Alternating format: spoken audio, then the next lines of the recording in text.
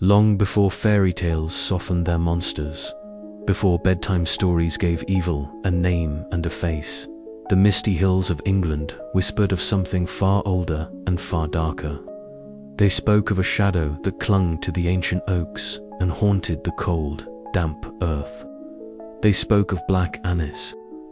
In the heart of medieval Leicestershire, when the sun bled out across the horizon, parents would pull their children close. They would warn them with hushed and fearful voices not to wander after dusk. "Don't stray too far from the village hearth," they'd say, "for the night belongs to her." The stories were always the same. A child gone missing near the Dane Hills. A lamb vanished without a trace from a locked pen, deep. Gouging claw marks found etched into the ancient stones of the forest. They said she lived where the light could not reach, in a dark clawed cave she called her bower, and she hunted those who strayed too far. She was the nightmare that walked, an ancient hag with skin the color of a deep bruise, and long, terrible claws of iron that could tear through flesh and bone. At night, when the moon was a sliver and the fog was thick, she would creep from her lair. Villagers claimed to see her silhouette, gaunt and unnatural, moving between the gnarled trees at the edge of the fields. They said she wore the skins of those she took, a grim trophy of her nightly hunt. She was not a witch, for she cast no spells.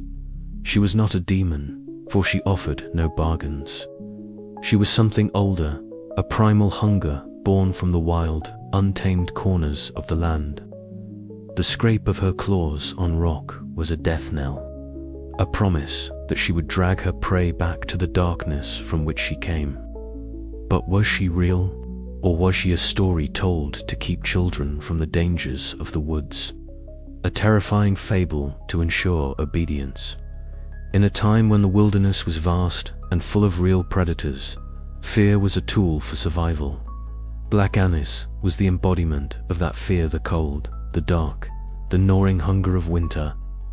The legend gave a face to the nameless anxieties that lurked just beyond the firelight.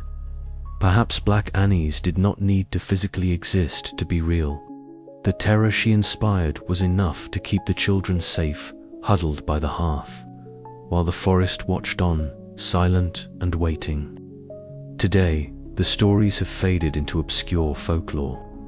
They say she no longer walks the land, that her time has passed. But the places she was said to live, the ancient hills and lonely hollows, are still avoided by some when night begins to fall. Because some legends fade away completely, others just wait.